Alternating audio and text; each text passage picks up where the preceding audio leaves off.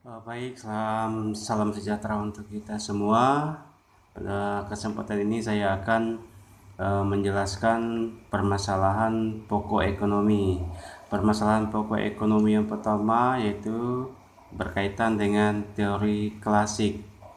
Di mana dalam teori klasik ini uh, cakupannya itu produksi, distribusi, dan konsumen. Untuk produksi, ini biasanya produsen menciptakan barang-barang yang siap disalurkan atau didistribusikan kepada eh, pasar, di mana nanti di sana peluang pasar ini tentu akan lebih cepat karena eh, konsumen akan membeli barang-barang yang dibutuhkan. Dalam teori klasik ini biasanya pengelolaan barang-barang tersebut yang bisa diciptakan sesuai dengan tujuan, yaitu negara ingin adanya peningkatan. Dengan adanya peningkatan tersebut sehingga tercapai kemakmuran. Kemudian dalam teori ekonomi klasik ini, setelah diciptakan barang tersebut sehingga produsen bisa mengedarkannya ke seluruh pelosok daerah, maka disebutlah dia dengan distribusi atau penyaluran barang yang siap dipakai oleh para konsumen. Penyalurannya ini tentunya dari pusat, kemudian ke provinsi-provinsi, kabupaten, bahkan sampai ke pelosok-pelosok daerah di seluruh Indonesia. Dengan adanya pemerataan penyaluran ini, otomatis pihak konsumen akan merasakan kebutuhan barang yang sama. Dalam hal ini juga eh, dari hasil produsen kepada pihak konsumen, tentunya barang-barang yang sudah diciptakan atau diproduksi tadi disalurkan atau didistribusikan kepada pihak konsumen untuk dikonsumsi. Jadi dalam teori klasik ini yang paling penting cakupannya itu adalah produksi, distribusi, dan konsumsi. Dengan adanya peningkatan pendapatan seperti itu, otomatis mungkin di negara kita akan mendapatkan kemakmuran. Bagaimana yang dimaksud dengan kemakmuran di sini? Berarti semua kebutuhan masyarakat atau konsumen itu sudah tercukupi. Kita tahu bahwa negara-negara yang sudah maju seperti Jepang, Inggris, Amerika, Cina itu negara-negara maju, di mana kebutuhan untuk konsumen itu rata-rata sudah terpenuhi. Kenapa? Karena mereka pendapatan negaranya tinggi atau pendapatan per kapita negara tersebut tinggi sehingga mereka sudah merasakan kemakmuran. Kemudian dari teori klasik kita membahas ke teori ekonomi modern atau ekonomi mikro. Permasalahan ekonomi modern atau ekonomi mikro ini yang terdiri dari 3 aspek. Aspek yang pertama adalah what atau yang disebut dengan apa, atau barang apa yang akan dikonsumsi serta berapa banyak barang yang harus diproduksi. Jadi untuk menjawab pertanyaan ini tentunya pihak produsen harus menciptakan atau melirik peluang pasar sehingga barang-barang yang diciptakan mereka itu bisa dinikmati oleh konsumen. Jadi artinya barang-barang yang saat ini apa kira-kira yang harus diproduksi supaya di pasar atau peluang pasar betul-betul merasakan bahwa barang yang diproduksi yang dijual mereka tersebut bisa dinikmati atau diminati oleh konsumen. Aspek yang kedua yang berkaitan dengan yang harus kita jawab adalah who atau bagaimana barang tersebut diproduksi. Jadi pertanyaan ini adalah bagaimana kita atau bagaimana si pihak produsen untuk menciptakan barang tersebut. Misalnya barang-barang yang dalam peluang-peluang yang ada di pasar tersebut mungkin kebutuhannya banyak yang diminati tetapi langka ditemukan, atau mungkin termasuk barang langka yang sulit, sehingga biasanya kalau barang langka tersebut harganya menjadi lebih mahal. Karena apa? Mungkin bahan bakunya sedikit, sehingga untuk menciptakan barang tersebut kadang-kadang kita harus mengimpor barang-barang dari luar negeri. Nah, ini kadang-kadang untuk menciptakan barang tersebut pihak produsen mungkin berpikir. Jadi untuk kondisi seperti saat sekarang ini, bahwa barang yang harus diciptakan itu adalah dengan melirik peluang pasar dulu.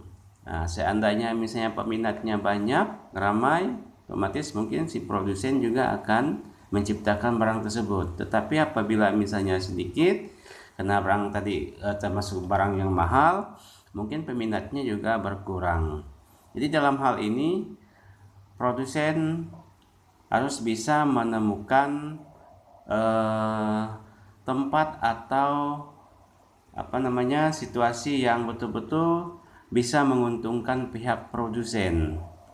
Bukan berarti juga mereka harus tidak menciptakan barang tersebut.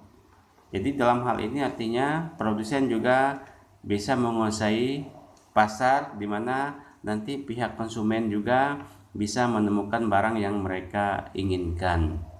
Kemudian aspek yang ketiga adalah for home. Dalam hal ini, barang-barang yang diciptakan atau diproduksi oleh si produsen kepada pihak konsumen, mereka harus mengetahui untuk siapa barang tersebut diciptakan. Jadi tentunya dalam pengolahannya atau dalam proses pembuatannya tersebut, pihak produsen sudah bisa mentargetkan bahwa barang-barang yang mereka ciptakan tersebut mempunyai peluang dan siap dikonsumsi oleh konsumen. Jadi barang-barang yang diciptakan ini mungkin salah satunya adalah dengan kondisi kita seperti ini, yang paling utama itu adalah mungkin sembako, ya, karena sembako ini setiap saat memang kita mengkonsumsinya. Jadi peluang produsen untuk menciptakan barang-barang sembako ini tentu tidak menutup kemungkinan akan lebih besar lagi produksinya. Itu yang termasuk ke dalam teori ekonomi modern ataupun teori ekonomi mikro. Dalam permasalahan ekonomi modern ini, pemerintah telah memberikan kebijakan beberapa cara mengatasinya atau solusi yang digunakan. Misalnya yang pertama itu kebijakannya adalah menentukan pilihan. Nanti barang yang tepat untuk dikonsumsi oleh konsumen itu bagaimana. Berarti di sini si produsen betul-betul bisa menemukan atau bisa menciptakan barang-barang yang tepat, ya, yang sesuai dengan keinginan pihak konsumen ataupun masyarakat. Kemudian yang kebijakan yang kedua adalah bersinergi antara pelaku pasar dan industri. Jadi artinya di sini pihak produsen atau industri yang mengolah barang-barang tersebut menjadi barang siap pakai, tentunya juga sudah melirik pelaku-pelaku pasar.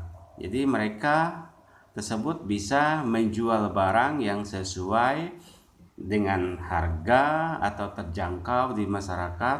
Tentunya kerjasamanya adalah saling mendukung antara pelaku pasar dan industri. Kebijakan yang ketiga membentuk kesepakatan di kalangan produsen dan konsumen.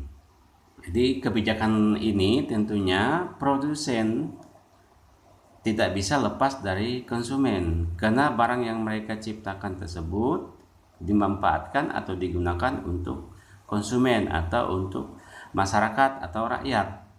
Jadi artinya kesepakatan ini tentunya betul-betul selaras ataupun nyambung apa yang diinginkan oleh pihak konsumen. Jadi produsen bukan hanya sekedar asal membuat, tapi perlu juga memberikan respon-respon positif kepada masyarakat seandainya mereka memproduksi misalnya barang-barang yang disebutkan tadi, misalnya berupa barang sembako, itu berarti untuk kebutuhan saat sekarang ini memang betul-betul dibutuhkan. Jadi artinya barang sembako ini paling tidak dia juga tidak bisa menjual dengan harga yang terlalu tinggi, karena biar bagaimanapun kualitas barang dari hasil produsen tersebut paling tidak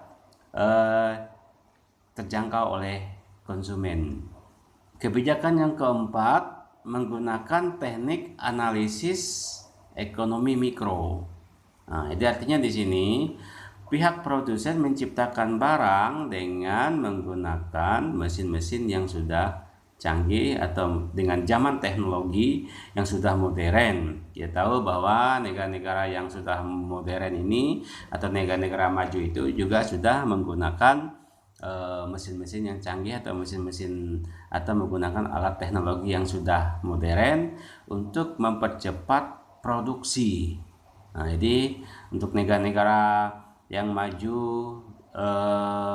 itu mereka menciptakan barang-barangnya lebih cepat dan berkualitas ketimbang dengan menggunakan produksi manual. Jadi di Indonesia barangkali kita masih ada kendala-kendala dalam menciptakan barang-barang produk baru, karena dari segi teknologi kita masih kurang, dan memang dibandingkan dengan negara maju kita masih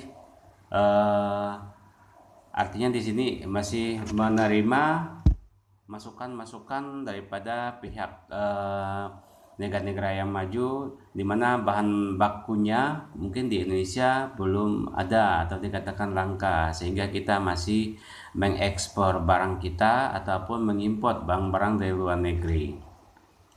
Kemudian yang kelima, dalam permasalahan pokok ekonomi ini kebijakannya adalah pemanfaatan analisis biaya peluang.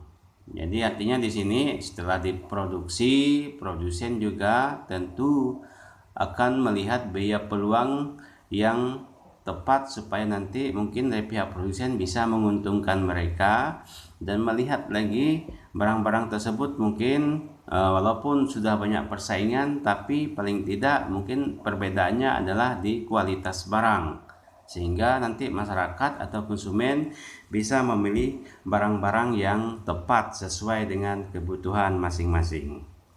Mungkin dari pembahasan saya mengenai permasalahan pokok ekonomi